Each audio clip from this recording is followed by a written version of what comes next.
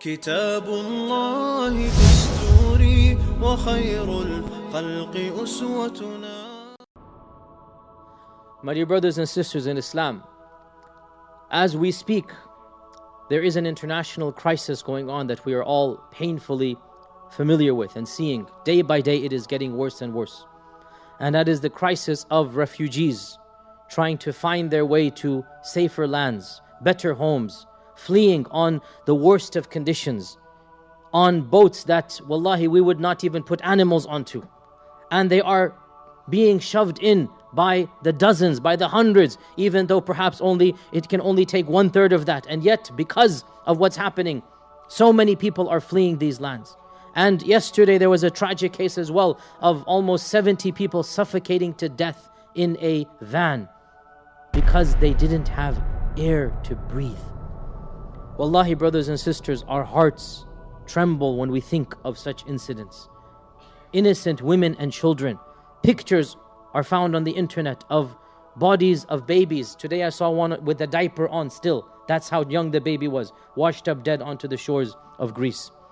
Wallahi, brothers and sisters, words, I don't know what to say, because it's so painful for any parent to see the father who is crying, holding on to his little daughter as they land on the shores, to see a dignified man begging on the streets, holding on to his son or daughter. Wallahi, these are very painful images.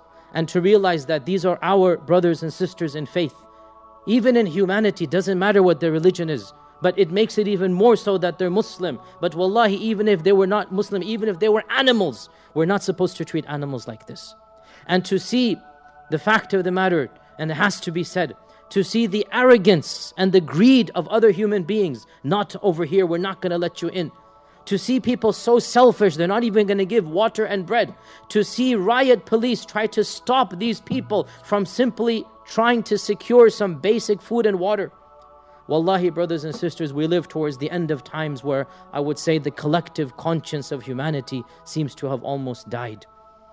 And the sad reality is, these people are fleeing from Muslim lands, from lands that are supposed to be their own ethnicities, their own people. And the dictators of those places, the civil war has wrought about such destruction, such grief, that there is no hope for them. They would rather risk dying in the ocean. They would rather risk their families and their children being put on dinghies, on little rafts, and go for weeks in the ocean. And every day, not even every week, every day, horror stories emerge of people dying because of lack of water, of boats overflowing, of people being deprived entrance. And we wonder what can be done.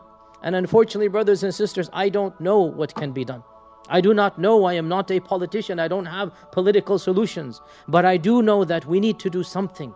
I do know that we need to organize. We need to help these brothers and sisters out. People need to start taking action.